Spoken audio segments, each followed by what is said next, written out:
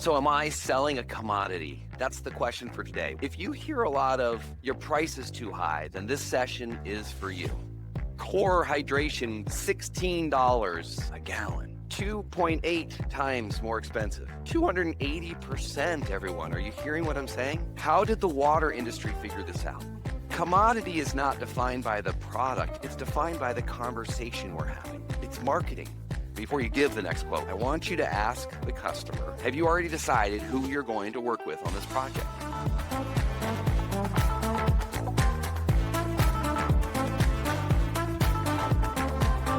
All right. So am I selling a commodity? That's the question for today. Welcome to the Last Look Live. My name is Stevenson Brooks. I coach ready-mix sellers, aggregate sellers, concrete, asphalt, heavy materials sellers. And if you hear a lot of your price is too high, then this session is for you. I have a bunch of water behind me. So if water is a commodity, then it should all be costing the same, right? So I put this behind me strategically all the time when I'm coaching because I want my sellers to notice this. So yes, I could walk around with a cool jug of water, and I purchased these all at Safeway, no plug, but Safeway. This bottle here, or this jug, is $1.79 a gallon. So yes, I could buy it in bulk. But what I decided to do was I wanted to go after like all of the regular size bottles. So I got these 1 liter bottles in a bunch of products, in a bunch of different brands, like concrete, right? Rocks are rocks, water's water. Okay, this is the Safeway brand bottle. And so it's $1.49 for this. This is $1.79 for this, but that's okay. But let's just start here. So I did the math to make it so we're talking apples to apples like we all like to do. This is $5.64 a gallon. But let me tell you about it because it's called Refresh. And it is purified drinking water with minerals added for taste. Easy. Right over here, we have this little product called Dasani. Now, Dasani is a little bit different than Safeway brand. I mean, come on. Don't drink from a hose, by the way. You got to buy bottled water now, right? Because it will kill you if you don't. But let's just drink this stuff. So let's talk about it. Dasani is purified water enhanced with minerals for taste. Purified drinking water with minerals added for taste. Okay, so these are the same exact product. But Dasani is basically Coca-Cola without Coca-Cola in it. It's just water. But they added a few things. Crisp, clean, and refreshing. 100% recycled bottle. Oh, okay, but this is it. Water, water. So $5.64 a gallon. Oh, $9.43 a gallon. 70% more expensive for you to get Dasani. It's the same product, everyone. It's not even really wrapped that much differently. 70% more? I mean, I hear my ready-mix sellers and they're competing over $1 or $2 or even 10%, 5%, 3%, 2%. Some people are like a nickel, Steve. I'm like, and we can't sell the difference? How can Dasani do it? Well, it all started, I mean, you guys remember Perrier and things like that, but it all started with these like Evian came out with something and they were like, all right, let's create this, French Alps water. And by the way, this is $12 a gallon, but it's got sport nipple. That's what does it. This is natural spring water, so obviously different than purified drinking water. And as you go up the ladder here, core hydration became my biggest winner. This guy also has a recycled bottle and a sport nipple and a sport grip. You won't even believe how much this costs. $16 a gallon. 2.8 times more expensive. 280%, everyone. Are you hearing what I'm saying? How did the water industry figure this out? You see, commodity is not defined by the product, in my opinion. It's defined by the conversation we're having. It's marketing.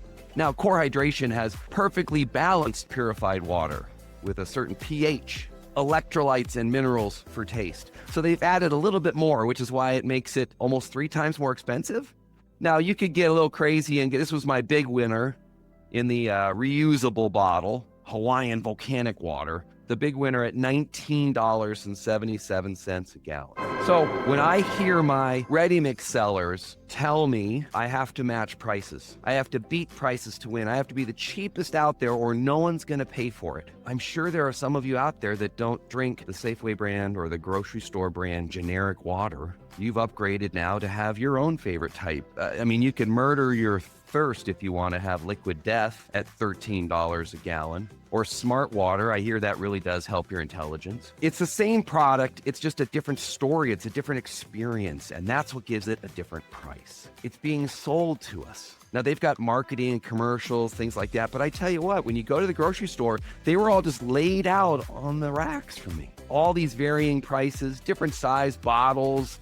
Oh, this one's fantastic. It's got the rectangular bottle. My son used to love the rectangular Fiji bottle. And then it's got this little iceberg up there. They're just dressing it up. They're just making it look better for the consumer to buy it. So what are they buying when it comes to heavy materials? What is it that they're actually buying? Now, if you did the homework last week, I asked you to go talk to your customers and find out why they pick you. Like, why do they like you? What is it? And I'll contend that there are a few reasons that you might have come up with. Maybe you do something special for them. My hope is that you personally do something special for them, that they go, oh, I like you. I like the relationship I get. I like the information you have, the knowledge you have, the ability to troubleshoot and help me with problems, your accessibility, you pick up whenever I call you, your turnaround time for things when I need stuff. And then maybe they like your company. Maybe they like the drivers, as I mentioned last time, too. Maybe they like the experience they have working with your dispatch office. Maybe they like your billing process. Maybe they even like the quality of your pH-balanced minerals for taste purified drinking water. But just like us humans that need to have water every day, your customer needs to buy your product every day.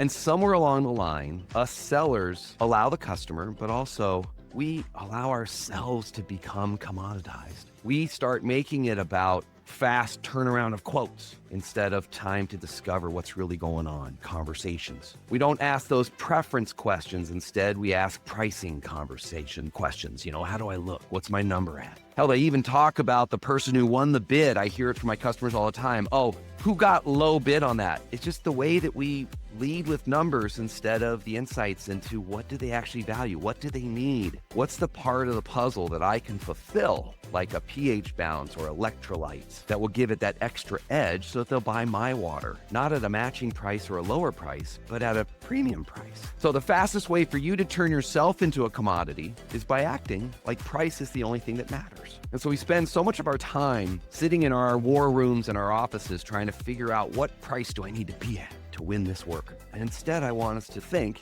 what questions do I need to ask to find out what differentiating factors I have that make me the best fit for this customer, for this project? That's what I want. That's why if you're listening, you're the outside salesperson. You're allowed to go out. I was with a group today and they shared with me a QR code where they did a survey of their customers. How are we doing, customers?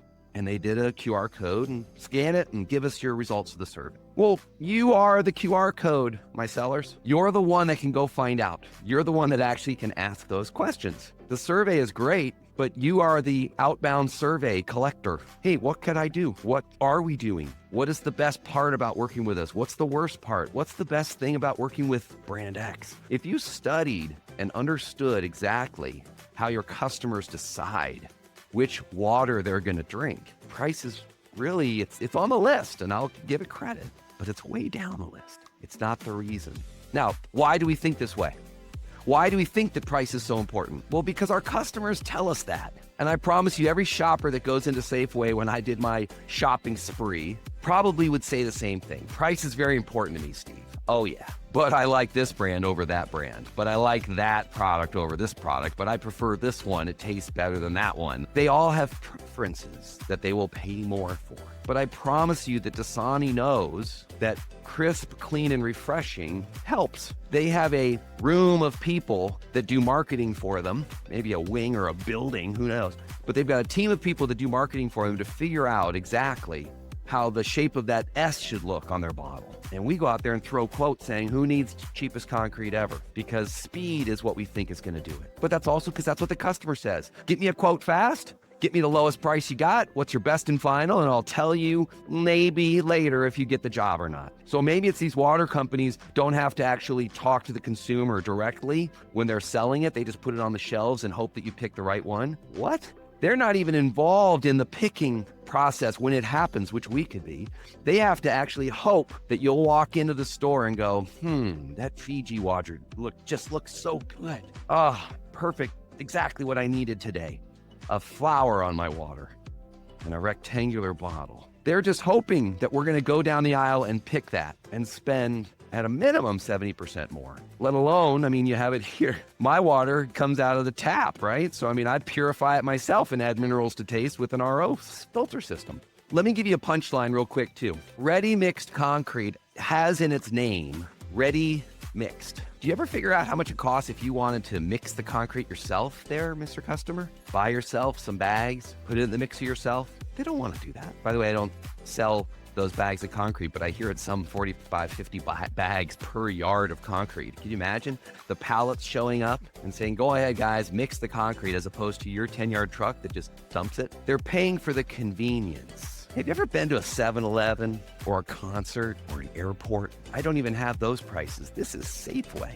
But if I went to the airport and found myself a bottle of Dasani, I bet you it's more expensive than $2.49 for this 1 liter. If I went to a concert and was thirsty, I bet you it's more expensive. So now we get into, well, yeah, Steve, supply and demand. Great, then charge even more. Well, they're going to buy a lot of it. Oh, I get it. But do they want it in 1 truckfuls? That's the other problem with quantity. This is the biggest jug. Maybe I can get a 5-gallon jug. I still can't. This is about the biggest that I could drink from. But literally, this is the size of units that we all drink from, the 1 liter bottle. So how's that translate into our world? Well, as far as I know, the ready mix truck can only hold its equivalent of 1 liter. It can only hold those 10 yards or so in it. In aggregates, I hear it's 20, 22 tons, something like, there's only a small amount. So if somebody buys from me 1,000 yards of concrete, oh my gosh, I have to give them a bulk discount. 1,000 yards, Steve.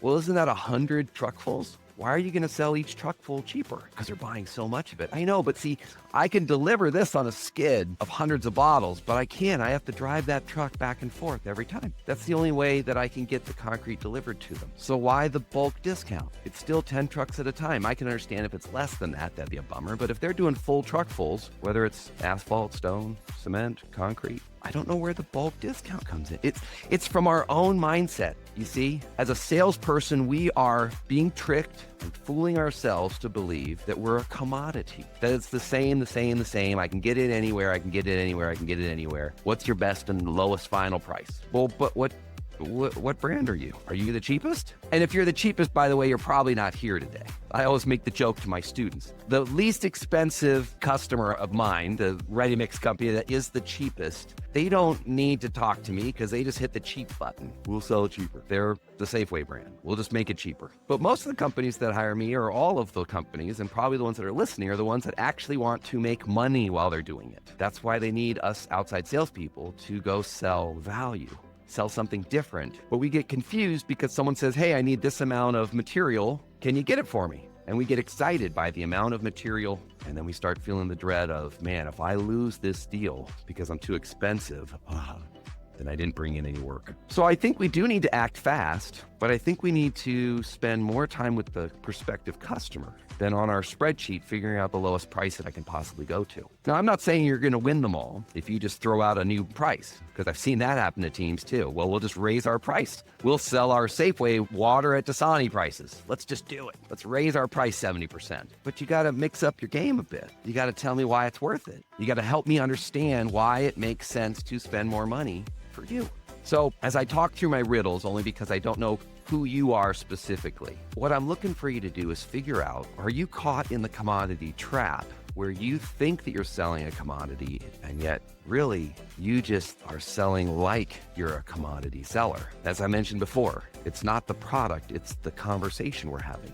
I'm going to give you my very simple question. Before you give the next quote, when you get that request for a quote, I want you to ask the customer, hey, have you already picked who you would think is the best person to work with on this project? Have you already decided who you're going to work with on this project? Have you already decided who you're going to buy from? See, I don't think people are going in the grocery store and saying, which one should I get? I think they've already decided to work with Dasani before they ever get there. They go, where's my water? Oh, get the Dasani. I like that. That's my water. They've already picked it. So when you ask your potential customer for the job who they've picked, they're going to tell you one of several things. We don't know. Really? You don't know? How come? Is this your first time pouring? Is this your first time working in the area? You don't know who you would pick? That's weird. Let's imagine, switch hats. You're a buyer of concrete. You put concrete on the planet every day. You're a finishing company. You don't have a preference who you'd want to work with? You don't know? Maybe you just picked the job site and then did a little map and tried to figure out which the closest plant is. That's one. Maybe it's location. Who have you got an account open with, or who hasn't closed your account? Maybe that's 2. Who do you have a relationship with so you can call them and get numbers? That's 3. There's so many different things that happen, let alone some of the pH balance and the electrolytes and the minerals for taste. So they say, I don't know. And you get to go, really? How come you haven't found somebody yet? I don't understand. Or they say, yes, we have decided, and it's not you. We're probably going to go with brand X. And it's funny because when I get my sellers to ask the question, sometimes a customer will tell you that. They'll literally say, yeah, we're probably going to go with your competitor on this one. I love it. And you just say, really? How come? Same answer to the previous one, right? Follow-up questions pretty much going to be really how come every time if you're following along at home. So we don't know. Really, how come? We go with brand X, your competitor. Really? How come? Well, because they've got this, that, and this. Okay, so now I understand what I'm up against. It's not the price. Now, if they say it's because they're the cheapest, say, okay, but again, imagine that the prices were the same. Who would you pick? Who's the right fit?